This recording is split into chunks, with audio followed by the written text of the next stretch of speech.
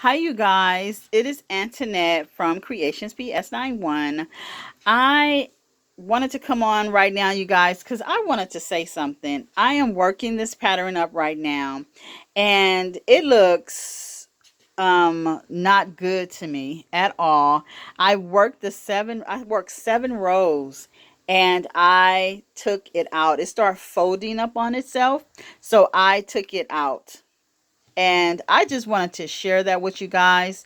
And for my subscribers, like I tell you guys all the time, do not let the patterns defeat you.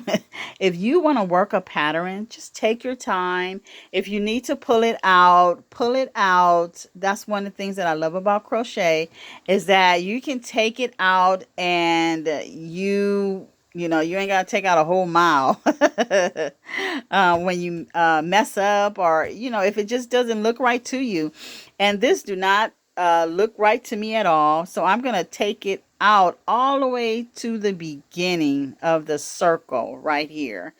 And I just wanted to come on right now and just encourage you guys, if you are working on a pattern of any sort, crochet pattern, or any pattern that you are doing, I just want to encourage you to just keep going, take your time, and don't let it defeat you, right?